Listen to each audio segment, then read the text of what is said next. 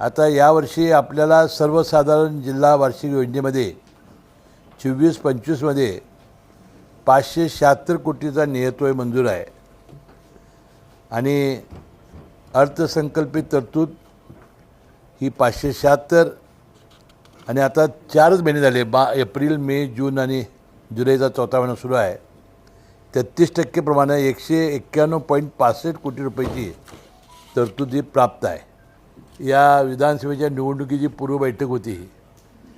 अनेक सदस्यांनी अनेक प्रश्न इथं मांडले आणि मला वाटते अधिकाऱ्यांनीसुद्धा त्यांची उत्तरं दिली.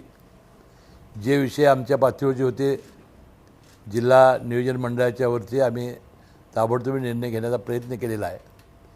शेवटी आमचा सर्वांचा प्रयत्न आहे की जिल्ह्याचे प्रश्न जे अनेक वर्षे प्रलंबित राहिलेले आहेत आणि विशेषतः आज एक गोष्ट सर्व सदस्यांनी प्रकर्षाने लक्षामध्ये आणून दिली की प्राथमिक शिक्षण आणि प्राथमिक शाळा ह्या 100 वर्षापेक्षा जास्त जुन्या झालेल्या आहेत.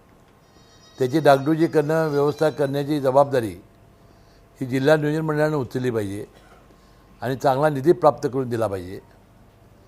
त्याशिवाय आरोग्याच्या व्यवस्थेबद्दलही चांगल्या पद्धतीच्या सूचना झाल्या आणि एकत्रित सर्वांनीच आता जे प्रश्न अनेक दिवस मंजूर झाले होते आज झालेले नाहीत त्याबद्दल बास्केट ब्रिजचा 1.5 वर्षापूर्वी याचं टेंडर मंजुरीचं काम अजून सुरू झालं नाही. याबद्दल खासदार धनंजय माडकांनी आपल्या तीव्र भावना व्यक्त केल्या. इचलकरंजी नगरपालिकेच्या पिण्याच्या पाण्याच्या बाबत आमदार आवाडे साहेबांनी आपल्या भावना तीव्र व्यक्त केल्या. खासदार धैर्यशील माने यांनी काही सूचना यामध्ये केल्या. सर्वच लोकप्रतिनिधींनी आपापल्या मतदारसंघातील आणि या जिल्ह्याच्या विकासाच्या प्रश्नाला वाचा फोडण्याचं या निमित्ताने काम केलेलं आहे आणि या जिल्ह्याचा पालकमंत्री म्हणून मी त्यांना आश्वासित केलेलं आहे की हे सगळेच प्रश्न कसे लवकरात लवकर मार्गी लागतील यासाठी आपण प्रयत्न करू, चांगला निधी देऊ.